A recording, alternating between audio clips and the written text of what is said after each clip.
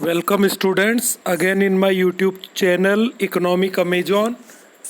Now we will study about chapter 4 macroeconomics method of calculating national income. In this chapter we will study about the three methods of the national income by which we can calculate our national income and this is in our syllabus. इसके अलावा जो है तीन जो method है इसके अलावा कोई और मेथड नहीं है अपने सिलेबस में. जो पहले था काफ़ी कुछ वो सीबीएसई ने रिसेंटली उसको रिमूव किया सिलेबस से. So let's start today's study. The method of calculating national income. Circular flow model reveals the national income can be viewed from three different angle. जो आपने सर्कुलर फ्लो ऑफ इनकम पढ़ा था उसकी तीन stages थी. First जो value addition था, production, income generation, then expenditure. तो ये जो तीनों तरीके थे, ये तीनों तरीके आपके नेशनल इनकम के कैलकुलेशन के होंगे. तो first of all value addition हो जाएगा. प्रोडक्शन जो का फर्स्ट जो फेज था. सेकंड फेज उसका आता है जनरेशन ऑफ इनकम, तो वो इनकम मेथड हो जाएगा. थर्ड है एक्सपेंडिचर, तो वो तीसरा फेज एक्सपेंडिचर था, तो तीसरा हमारे पास एक्सपेंडिचर मेथड होगा. व्यूड फ्रॉम थ्री एंगल से देखा जाएगा तो इसमें तीन एंगल आपके पास कौन सा है. First as the sum total of value addition in the economy. Second sum total of the income generated हो गया. और third sum total of expenditure. तो अपने पास ये तीन तरीके होंगे. ठीक. तो फर्स्ट ऑफ ऑल जो है विदाउट वेस्टिंग टाइम हम डायरेक्ट इस मेथड पे आते हैं. वैल्यू एडिशन जो अपने पास मेथड है, ऊपर ये तीनों आपको बताए हुए हैं. फर्स्ट है वैल्यू एडिशन.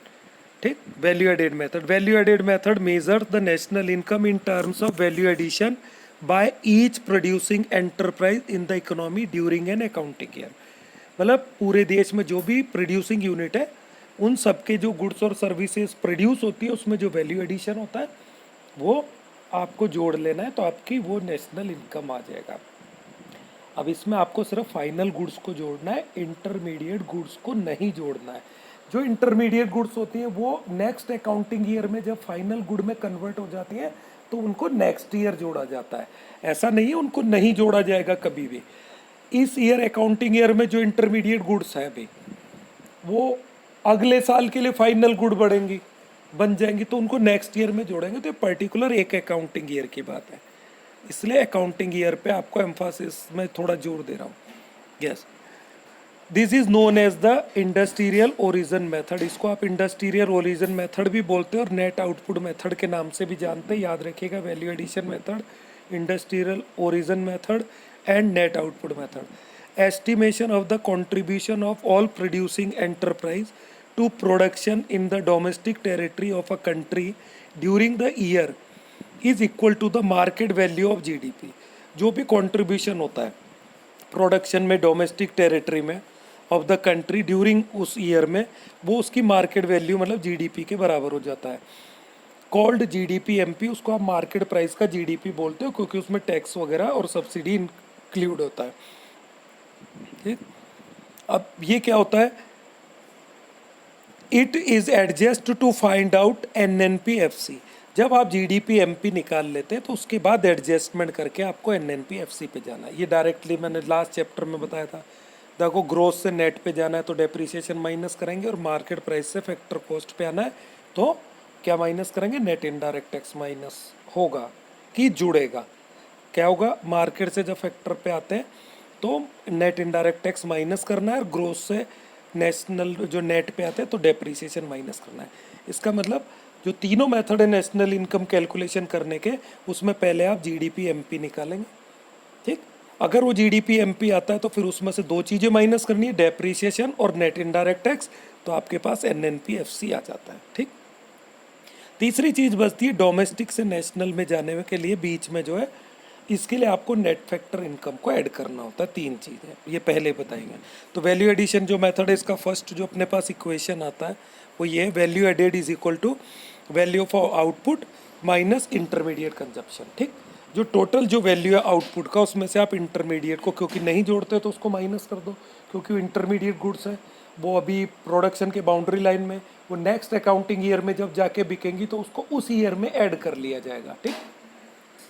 जैसे क्या होता है, एक साल में एक कंपनी ने 1 लाख कार प्रोड्यूस की, बट उस पर्टिकुलर ईयर में उस 1 लाख में से उसने जो भी कार बेची या 100 कार प्रोड्यूस किया, 100 कार में से उसके पास 80 कार तो सोल्ड आउट हो जाती हैं। अब 20 जो कार है वो अभी शोरूम में खड़ी है, तो शोरूम में अगर वो खड़ी है तो वो इंटरमीडिएट गुड है, उनमें भी वैल्यू एडिशन हुआ नहीं लास्ट स्टेज का। तो 80 कार जो बिकी उसका प्राइस तो इस अकाउंटिंग ईयर में जोड़ेंगे, और जो 20 कार थी वो इंटरमीडिएट जो थी उसका नेक्स्ट अकाउंटिंग ईयर में जोड़ेंगे। तो मतलब जो वैल्यू ऑफ आउटपुट तो कितना हुआ 100 कार का, ठीक, उसमें से इंटरमीडिएट जो थी 20 कार इंटरमीडिएट बच गई, तो 100 में से आप 20 माइनस कर देंगे तो 80 का जो वैल्यू है वो उस अकाउंटिंग ईयर में जुड़ेगा। इसका मतलब ये नहीं है 20 कार आप जोड़ेंगे नहीं, ये नेक्स्ट अकाउंटिंग ईयर में जब बिकेंगे ना तब इनको जोड़ा जाएगा। Sorry, value of output, it refer to the market value of the goods produced by a firm during an accounting year. If the entire output, entire मतलब पूरा output of the year is sold during the year, value of output is equal to sale। अब ये देखो चीज आ गई जो मैं बता रहा था, अगर किसी कंपनी ने 100 कार बनाई है और उस अकाउंटिंग ईयर में उसकी पूरी 100 जो कार्स है सोल्ड आउट हो जाती हैं, तो वैल्यू ऑफ आउटपुट उसकी सेल के बराबर हो जाता है। मतलब ये वाला जो फंक्शन है ना इंटरमीडिएट, अब कुछ बचा ही नहीं, पूरी 100 कार का जो वैल्यू हो गया वो सोल्ड आउट है, तो वो टोटल उसका जो सेल है वो ही आपका वैल्यू एडिशन, वैल्यू जो ऑफ आउटपुट हो जाएगा। ठीक, तो इस केस में क्या होगा, value of output is equal to sale या comma if entire output of the year is sold. तो वैल्यू ऑफ आउटपुट सेल के बराबर कब होता है, जब पूरा का पूरा एंटायर आउटपुट बिक जाता है। बहुत इंपॉर्टेंट इक्वेशन से याद रखना। If some output remain unsold, अगर कुछ बिकता नहीं है, अनसोल्ड होता है, ये unsold, it is added to the firm's inventory stock. ये फर्म का इन्वेंट्री स्टॉक होता है। इन्वेंट्री स्टॉक का मतलब आपको बताया था, मतलब जो वांटेड स्टॉक होता है। अपने पास इन्वेंट्री दो तरीके का होता है, एक वांटेड और एक अनवांटेड। अब कंपनी ने कार बनाई थी 100 की, साल भर में बिकेगी, बट बिकी 80, तो 20 जो कार नहीं बिकी वो अनवांटेड हो गया, अनसोल्ड। तो नेक्स्ट ईयर जो कंपनी जब कार प्रोड्यूस करेगी तो वो 20 कार लेस प्रोड्यूस करेगी। जैसे ही आपके पास डिमांड कम होता है तो कंपनी अपने प्रोडक्शन को कट ऑफ करती है। ठीक, और इसका नेगेटिव इफेक्ट भी होता है इकोनॉमी पे। जैसे कोई कंपनी प्रोड्यूसर जो है वो अपने आउटपुट को, सप्लाई को कट करता है ना, तो उससे अनएम्प्लॉयमेंट का चांस होता है। ठीक, it is added to the firm inventory stock, it is expressed as change in stock. इसको आप चेंज इन स्टॉक में ट्रीट करेंगे। चेंज इन स्टॉक क्या होता है, क्लोजिंग माइनस ओपनिंग बताया था during the year. In such situation value of output is measured as the sum total of sale during the year and change in the stock of during the year. तो value of output क्या हो जाएगा, sale plus delta stock, मतलब change in stock is some output remains unsold during the year. तो closing और opening का difference आपके पास चेंज इन स्टॉक होता है। अब देखो नीचे चेंज इन स्टॉक है, चेंज इन स्टॉक कैसे निकालेंगे मैंने बता दिया, आप सिर्फ ये याद रखें, क्लोजिंग स्टॉक माइनस ओपनिंग। ठीक, विशाल के लास्ट में शोरूम में कितनी कार थी और शुरू में कितनी थी। अब जैसे ही होता है, शुरू में उसके पास 20 कार थी, ओपनिंग जैसे ही अकाउंटिंग ईयर की ओपनिंग हुई और एंड ऑफ द ईयर भी उसके पास 20 का स्टॉक था, तो इसका मतलब चेंज इन स्टॉक क्या हुआ, 20 माइनस 20 जीरो हो गया। अब सपोज करो ईयर के एंड में उसके पास 30 कार और ईयर के बिगनिंग में 20, तो 30 माइनस 20 तो 10 जो हुआ अनसोल्ड स्टॉक रहा, तो वो यहाँ पे क्लोजिंग ओपनिंग में से माइनस होकर चेंज इन स्टॉक निकलेगा। चेंज इन स्टॉक कहाँ जाके जुड़ता है, सेल में उसको जोड़ दिया जाता है। ठीक, क्योंकि वो उस ईयर में प्रोड्यूस हुई। इंटरमीडिएट कंजप्शन क्या होता है, it refer to the value of non factor income. अब देखो नॉन फैक्टर, मैंने बोला था कि नेशनल इनकम में सिर्फ और सिर्फ फैक्टर इनकम को ऐड करना है, तो यहाँ क्या वर्ड आया है, नॉन फैक्टर इनपुट्स। तो इसको जोड़ेंगे नहीं जोड़ेंगे, नहीं जोड़ेंगे। All input other than factor inputs, land, labour, capital, entrepreneurial, school. तो आप पूछोगे सर नॉन फैक्टर क्या होते हैं, बैंक का सर्विस, हॉस्पिटल का सर्विस, स्कूल का सर्विस। ठीक, ये primarily it includes value of raw material used in the process of production. अब इसमें एक आता है रॉ मटेरियल, ठीक, इसमें स्कूल, हॉस्पिटल, बैंकिंग, ये सारे क्या है, नॉन फैक्टर में काउंट होते हैं। रॉ मटेरियल भी नॉन फैक्टर में, रॉ मटेरियल आपने लिया क्योंकि रॉ मटेरियल का प्राइस तो ऑलरेडी फाइनल गुड में एडेड है ना, तो we need not to add it separately. अगर जोड़ते हैं तो डबल काउंटिंग हो जाएगा। तो नॉन फैक्टर में रॉ मटेरियल हो गया, और मैंने अदर एग्जाम्पल बताया। Illustrate how value added is estimated, value added को कैसे एस्टिमेट करते हैं, देखो एक एग्जाम्पल है। ठीक, देखिए आप, प्रोड्यूसिंग एंटरप्राइजेज में पहला फार्मर है, फ्लोर मिल है, बेकर है और शॉपकीपर है। मतलब पहले किसान ने गेहूं गाया, उस गेहूं को फ्लोर मिल में गेहूं का पीस के आटा बनाया गया, वो आटा बेकर्स के पास गया, बेकर्स ने बिस्किट बनाए, वो बिस्किट शॉपकीपर के पास गए, शॉपकीपर ने बिस्किट भेज दिए। अब देखो वैल्यू ऑफ आउटपुट, जब फार्मर ने गेहूं गया 600 रुपये था, जब उसका आटा पीसा तो 200 रुपये का वैल्यू एडिशन होकर 800 का हो गया। बेकर के पास गया, उन्होंने बिस्किट बनाए, फिर 200 रुपये का वैल्यू एडिशन हुआ, 1000 हो गया।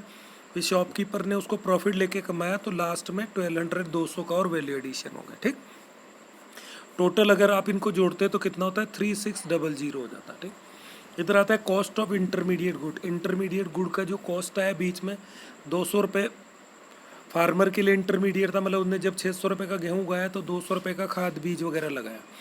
फ्लोर मिल, उसने 800 रुपये का सामान बेचा, उसके लिए इंटरमीडिएट कॉस्ट 600 रुपये आए, क्योंकि उसने गेहूँ खरीदा, उसमें ग्लूकोज वगैरह अदर फ्लेवर ऐड किया। फिर बेकर नहीं, फ्लोर मिल ने उसको पीसा तो उसकी इलेक्ट्रिसिटी वगैरह कंज्यूम हुई, उसका प्रॉफिट था 600 रुपये का इंटरमीडिएट आया। फिर बेकर्स ने उसमें ग्लूकोज ऐड किया, बिस्कुट को बेक किया, जैसे भी बनाया, तो 800 का वैल्यू एडिशन हुआ। फिर शॉपकीपर ने 1000 रुपीज़ के बिस्किट खरीदे थे, उसको 1200 रुपये में बेचा, मतलब 200 का वैल्यू एडिशन किया, तो 1000 का इंटरमीडिएट कॉस्ट हुआ। तो टोटल इंटरमीडिएट कॉस्ट कितना हो गया, 2600 रुपये। ठीक, अब आपको जो वैल्यू एडेड निकालना है, तो वैल्यू एडिड कितना हुआ, 3600 में से 2600 को माइनस करेंगे तो वैल्यू एडिशन 1000 हुआ। तो इस 1000 को आप नेशनल इनकम में जोड़ लेंगे सिर्फ। तो आप समझ गए होंगे कि इंटरमीडिएट कॉस्ट को कैसे माइनस करना है। एक और एग्जांपल बताता हूँ, समोसा 10 रुपये में बिकता है। 10 रुपये का समोसा जब बिकता है तो आप 10 रुपये देते हो और एक समोसा लेते हो। अब उस 10 रुपये में से वैल्यू एडिशन कितना होता है, 2 रुपये। बाकी 8 रुपये का क्या होता है, उसमें आलू होता है, उसमें मैदा होता है, उसमें मिर्च मसाला होता है, उसमें जो ऑयल जिसमें उसको तला जाता है, ठीक, जो गैस उसमें लगता है, ठीक, वो सारी चीज़ें उसमें इंक्लूड होती हैं। अब 2 रुपये का जो उसके पास प्रॉफिट होता है, मतलब 8 रुपये का तो नॉन फैक्टर हो गया, 2 रुपये का क्या हुआ, उसके पास कमाई हुई वो जो 2 रुपये वो फैक्टर इनकम है। वो 2 रुपये को land, labour, capital, entrepreneurial skill में डिवाइड किया जाएगा। अब कहोगे सर 2 रुपये में किसको क्या मिलेगा, it is just an example of 1 samosa, but एक शॉपकीपर दिन में 500 समोसे बेचता है, तो 500 इंटू 2 कितना हुआ, 1000। एक दिन में 1000 रुपये हुआ। महीने में कितना हुआ, तो पूरे मंथली जब सैलरी दी जाती है तो 30,000 होता है। उस 30,000 में से लैंड, लेबर, कैपिटल को, अब शॉपकीपर क्या करता है, पैसा भी अपना लगाता है, दुकान भी अपनी लगाता है, लेबर भी वो खुद के घर से लगाता है, मुश्किल से वो एक सर्वेंट रखता है। तो उस 30,000 में से एक सर्वेंट को उसको 5,000 या 8,000 रुपये देना पड़ता है। बाकी 25,000 या 20,000 उस शॉपकीपर का प्रॉफिट होता है।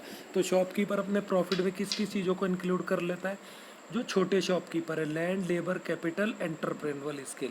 ठीक, अब वो लेबर में एक लेबर हायर करता है, उसको उसकी वेजेस दे दी जाती है, और इस तरीके से शॉपकीपर को अपना एक बड़ा प्रॉफिट नज़र आता है। तो ये एग्जाम्पल क्लियर हो गया। टेबल का एक्सप्लेनेशन यहाँ दिया हुआ है। इन टेबल मैंने टेबल आपको समझा दिया है। Now need not to read it separately. Yes, now come to the focus zone.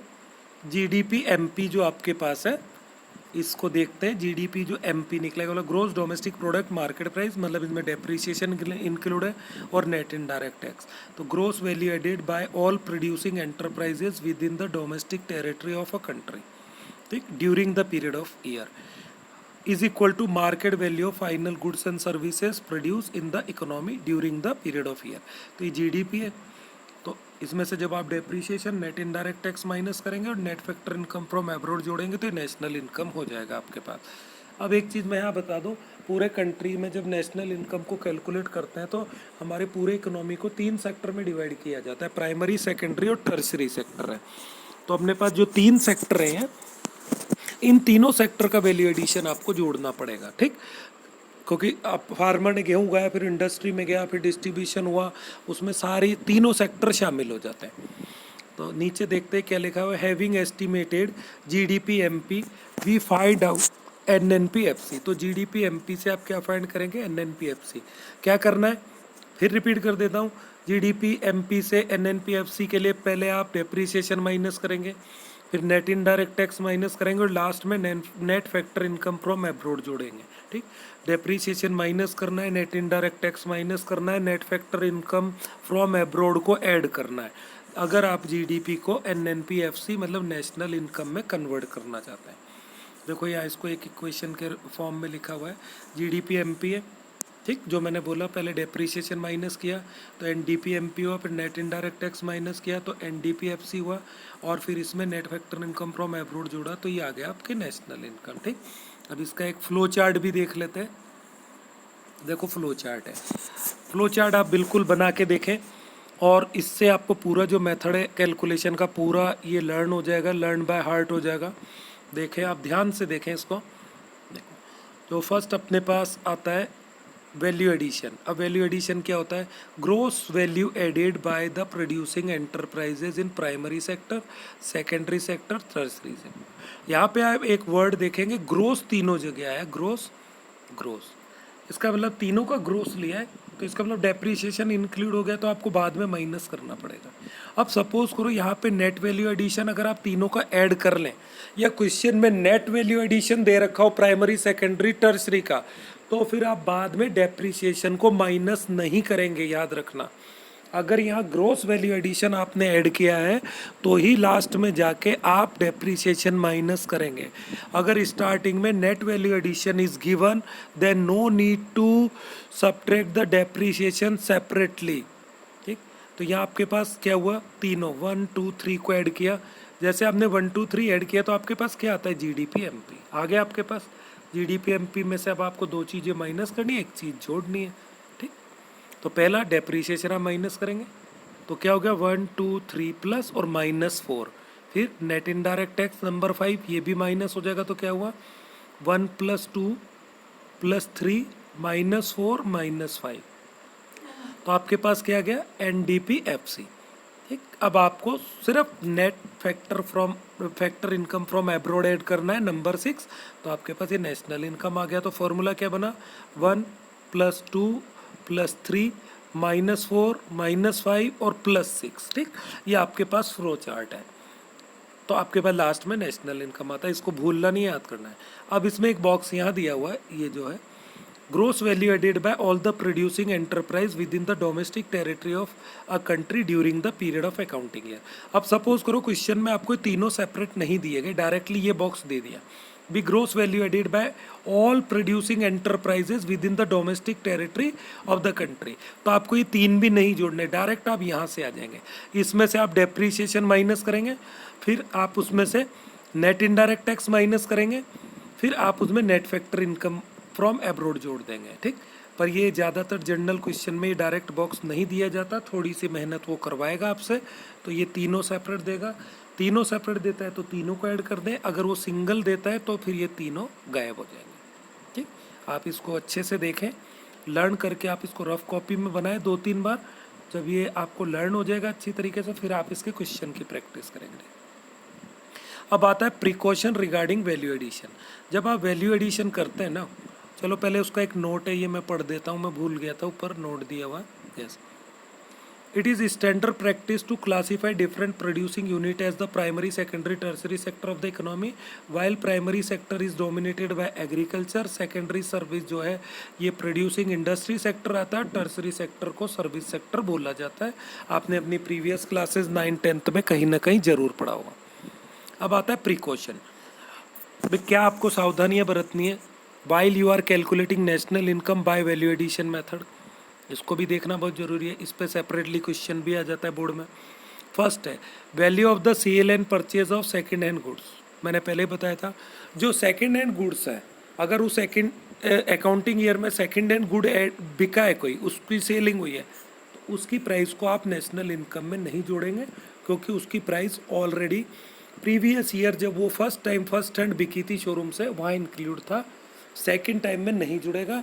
But बीच में अगर कोई ब्रोकर है जिसने आपकी बाइक किसी और को बिकाई है, उस कारण उन्हें 5% बीच में दलाली ली है, ब्रोकरेज लिया है, तो वो ब्रोकरेज नेशनल इनकम में ऐड होगा। Reason, because the broker is providing you his services. अब वो जो सर्विस है वो फैक्टर इनकम में आता है, तो उसको आप नेशनल इनकम में जरूर जोड़ेंगे। सेकंड वही आ गया कमीशन अर्न, मतलब value of second hand good तो आपको नहीं जोड़ना है। It is not included in the estimation of value addition GDP, because value of the second hand goods is already accounted for during the year they were produce. Second है commission earn, जो commission उस पर broker को मिला है वो आप जरूर ऐड करेंगे। थर्ड है on account production of goods of the producing unit is taken into account, मतलब अगर कोई प्रोड्यूसर, जैसे कार मैन्युफैक्चरिंग फैक्ट्री है, अगर रतन टाटा ने अपनी कंपनी की कार अपने फैमिली यूज़ या ऑफिस यूज़ के लिए लिया है, तो उसकी वैल्यू को ऐड किया जाएगा। जैसे घर पे अब ऐसा तो नहीं रतन टाटा कार बनाते हैं तो वो खुद अपनी फैमिली के लिए किसी दूसरी कंपनी की कार खरीदेंगे। अब जैसे कोई दुकानदार है समोसा बनाता है, तो उसके घर पे जो समोसा खाया जाएगा तो वो उसी की दुकान से जाएगा कि वो दूसरी दुकान से खरीद के खाए। तो अगर वो अपने घर पे अपनी दुकान से बने समोसे लेके जाता है 5, तो वो 5 जो समोसाज हैं उसकी जो वैल्यू है वो नेशनल इनकम में ऐड होगी, मतलब सेल्फ कंजप्शन वाला। ठीक, तो on account production of goods of the producing unit is taken into account while estimating value added, because these goods are like those produced for the market, मतलब इसको आप बिल्कुल वैसे ट्रीट करेंगे कि मार्केट में ही बिकी है, हालांकि वो फैमिली कंज्यूम हुआ और उसका पैसा भी उन्होंने पे नहीं किया है, बट उसको ऐड करना है। They are simply not sold owing to their need, उसको आप ये नहीं मानेंगे कि उनकी आवश्यकताओं के लिए बिकी है, आप ये मानेंगे बाजार में ही बिकी है चीज़। Producer themselves, example car use by the car producer for transporting their employees. अब कार प्रोड्यूसिंग ने क्या करा, अपने एम्प्लॉयज़ को अपनी फैक्ट्री में लाने के लिए अपनी बस लगा दी, जो उनकी फैक्ट्री में प्रोड्यूस हुई है, अपनी कार को लगा दिया, तो उस कार को आप उस नेशनल इनकम में ऐड करेंगे। नेक्स्ट नंबर 4 आता है imputed value of production for self consumption is taken into account. Imputed value of production of self consumption जो है account again, because these goods are like those produce for the market, example wheat produce and consumed by the farmer. ये भी बिल्कुल point 3 की तरह, जैसे किसान ने गेहूं उगाया, अब खेत में गेहूं उगाया, ऐसा तो नहीं किसान सारा गेहूं बाजार में बेच दे फिर अपने घर के लिए खरीदने चला जाए, तो अगर उसने जो अनाज उगाया उसमें से पहले अपने फैमिली कंजप्शन के लिए रख लेता है, तो value of that wheat is also included, क्योंकि आप वो मार्केट में बिकेगा नहीं, तो इसका मतलब ये नहीं आप उसको जीडीपी में कैलकुलेट नहीं करेंगे। जैसे वो प्रोड्यूस हुआ है तो वो तो ऐड हो गया, तो सेल्फ कंजप्शन वाले को आपको ऐड करना है। तो ये 4th प्रिकॉशन था। 5th आपके पास प्रिकॉशन आता है value of intermediate good is not included, मैंने ऑलरेडी बता दिया है in the estimation of value added. ये वैल्यू एडेड मेथड में नहीं जुड़ेगा, because value of intermediate goods is reflected in the final good, क्योंकि ये तो ऑलरेडी फाइनल गुड में, जैसे बिस्किट जब बिकता है 5 रुपये का पार्ले जी जब बिकता है, तो उस 5 रुपये में क्या क्या जुड़ा हुआ है, जो गेहूं का आटा उसमें इस्तेमाल हुआ है, जो गेहूं उसमें इस्तेमाल हुआ है, जो उस बिस्किट के बाहर रैपर लगा हुआ है उसका प्राइस, सारे टैक्स सब जुड़े हुए हैं। जब आपने सब फाइनल गुड में ऐड कर लिया है, then no need to add the separate price of wheat, flour, glucose, sugar ETC.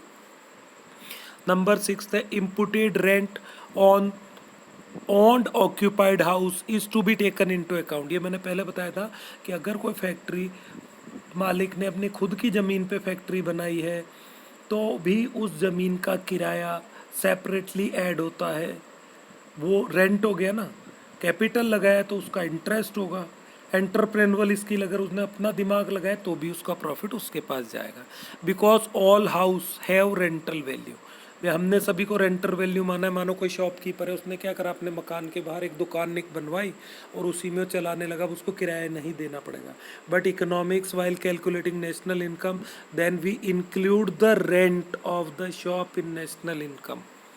Number 7 है service for self consumption are not considered while estimating.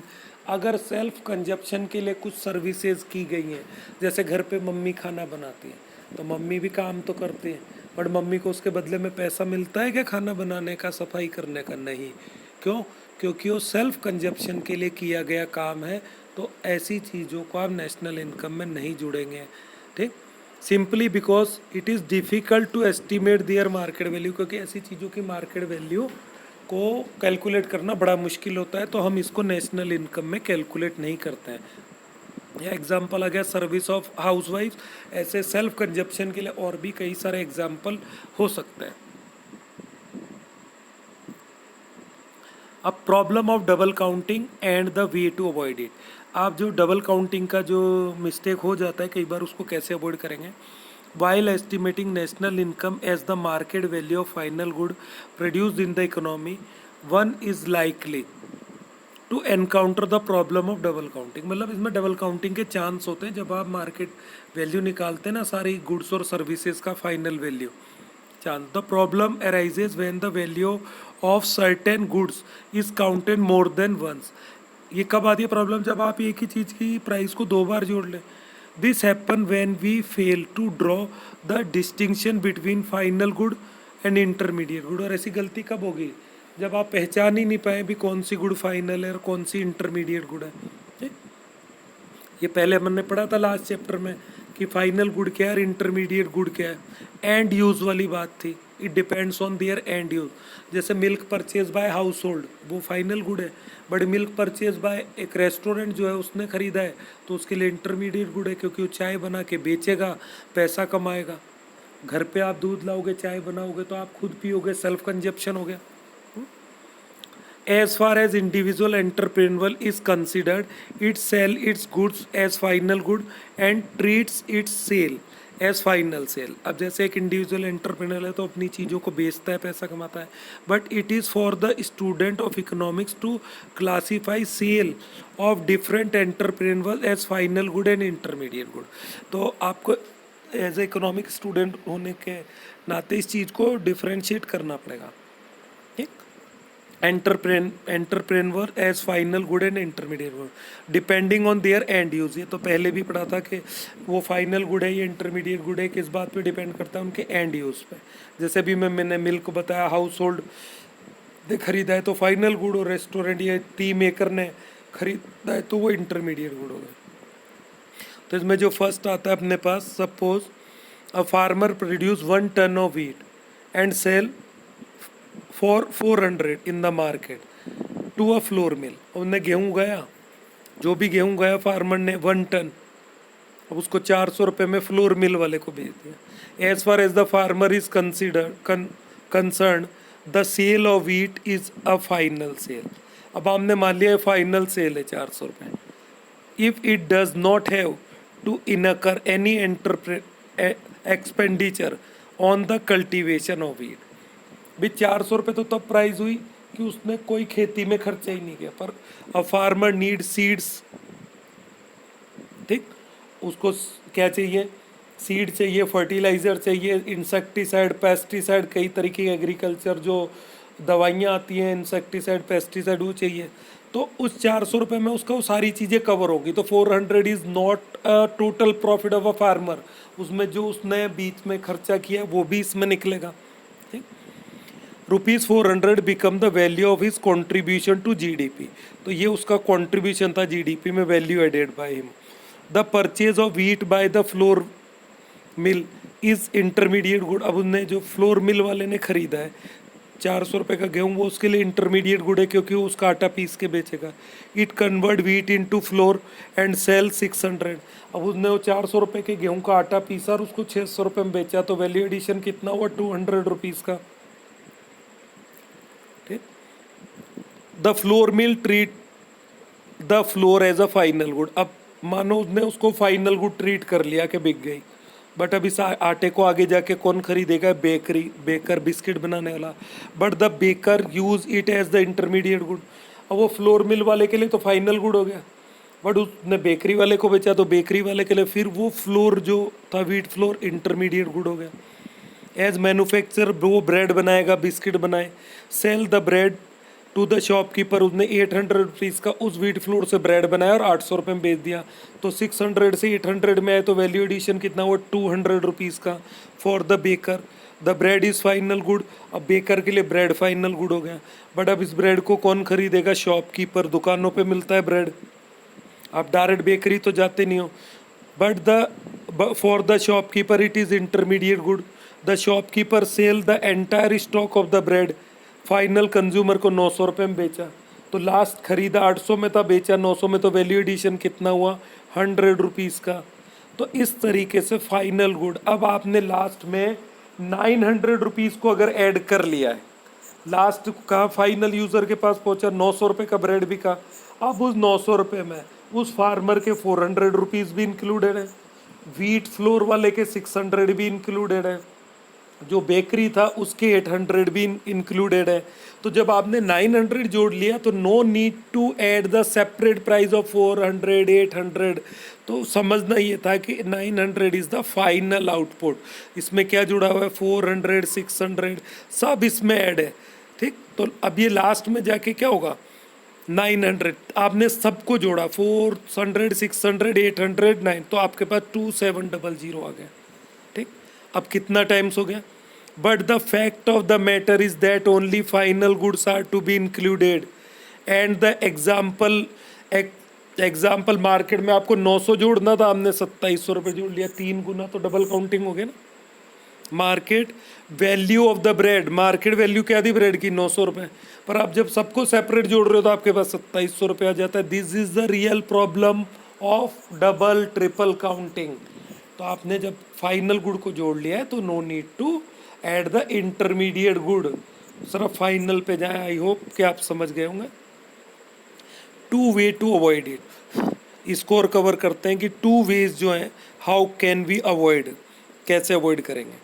तो पहला तरीका है फाइनल आउटपुट मेथड, कि आप सिर्फ फाइनल चीज़ों को ही जोड़ेंगे तो ये प्रॉब्लम ही नहीं आएगी। दूसरा value added method, value added जो मेथड है उसमें जहाँ जहाँ वैल्यू एडिशन हुआ है ना, सिर्फ आप उसी को जोड़ लें, वैल्यू एडिशन को, सिर्फ वैल्यू एडिशन को। जैसे फार्मर ने 400 रुपये का गेहूँ बेचा, तो उसका जो खाद बीज का खर्चा है वो 400 में से घटा दें। फिर जो व्हीट फ्लोर वाले के पास जो खर्चा आया, बिजली का कंजप्शन, वो काट दें। बेकरी ने जो चीज़ें खर्च की उसको काटते जाए, और सिर्फ वैल्यू एडिशन ही जोड़ दें, तो भी आपके पास वो 900 आ जाएगा। दो तरीके हैं। पहला आता है फाइनल आउटपुट मेथड। तो according to this method only final goods and services are to be considered in the estimation of GDP. Intermediate goods are not to be considered.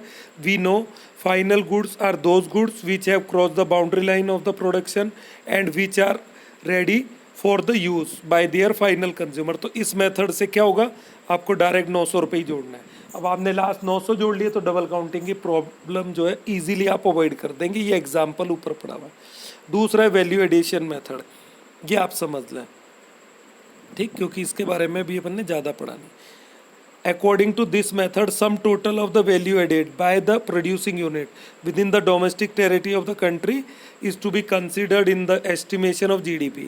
Value added refer to the difference between value of output and the value of intermediate consumption of each producing unit in a country, ठीक।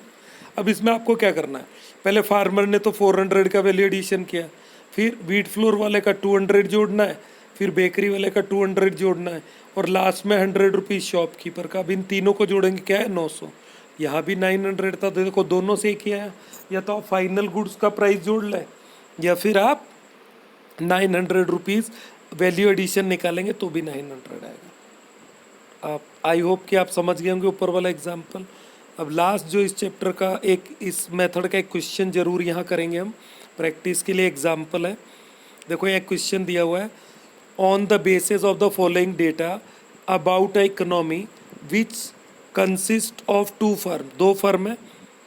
Number A आपको दिया गया है, value added by firm A and B, ठीक।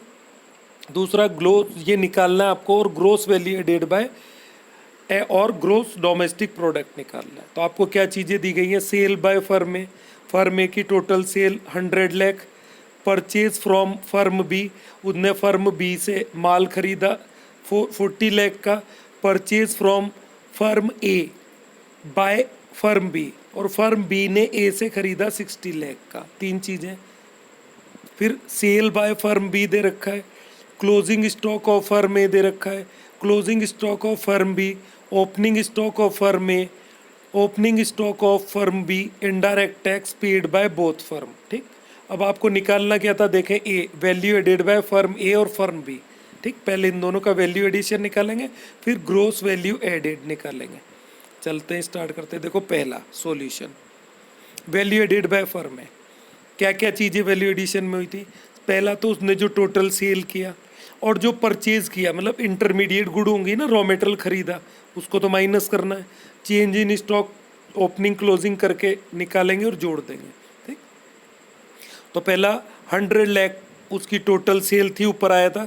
40 लाख का उसने firm B से खरीदा, इसको माइनस करना है। ओपनिंग क्लोजिंग, देखो ओपनिंग और क्लोजिंग क्या था, ए और बी का, ये चेक कर लेते हैं ऊपर। देखो मैं टिक लगाता हूँ। क्लोजिंग जो था फर्म ए का 20 था और ओपनिंग फर्म ए का कितना था, 25। तो आप इस 25 माइनस 20 कर देंगे या नीचे, तो 5 का डिफरेंस आएगा और वो -5 आएगा, क्योंकि ये जो आपका ओपनिंग ज़्यादा था तो -5 आया। तो 100 में से 40 माइनस किया 60, 60 में से 5 माइनस किया तो 55 लाख का वैल्यू एडिशन हो गया। अब फर्म बी पे चलते हैं, वैल्यू एडिशन। फर्म बी का जो टोटल सेल था 200 लाख का था, उसने फर्म ए से 60 लाख का सामान खरीदा था। ओपनिंग क्लोजिंग 35 माइनस 45, तो इसका -10 आएगा। ऊपर दिया हुआ है ये टेबल में, एक बार चेक करवा देते हैं। देखो ओपनिंग क्लोजिंग आप देख लें, ओपनिंग बी का 45 है, क्लोजिंग बी का 35 है। ठीक है, और परचेज फ्रॉम फर्म ए, ये ऊपर दिया हुआ था purchase of firm A, purchase from firm A by B 60 lakh था। तो ये आपने एडजस्ट किया, इसमें 200 में से 60 तो माइनस किया और 35 माइनस 45 किया। 200 में से 60 माइनस किया 140 लाख, उसमें से 10 माइनस किया तो 130 लाख हो गया। ठीक, दोनों का ग्रोस वैल्यू एडिशन निकल गया। अब आपको क्या निकालना है, ग्रोस वैल्यू एडेड और gross domestic product GDP FC पे निकालना है, फैक्टर कॉस्ट पे। तो दोनों फर्म का आपका टोटल वैल्यू एडिशन जोड़ देंगे आप भी, जो ग्रोस वैल्यू एडिशन था वो जोड़ेंगे। पेज टर्न हो गया, सॉरी, यस। तो value addition, value output of different sectors, sorry page ही काफ़ी टर्न दूसरे एग्जाम्पल पे आ गया ना, सॉरी हम यहाँ चल रहे थे। ओके, हाँ यहाँ थे। Gross value added by domestic product निकालना है, तो पहले तो फर्म ए का 55 लाख, दूसरे का 130, दोनों को जोड़ दिया। और इनडायरेक्ट टैक्स, क्योंकि फैक्टर कॉस्ट पे जाना ना, इनडायरेक्ट टैक्स माइनस किया तो 155 लाख आपके पास जीडीपी एफसी आ गया है। ठीक, this is enough for today's class, see you in the next video. इस चैप्टर को 3 पार्ट में कवर करेंगे।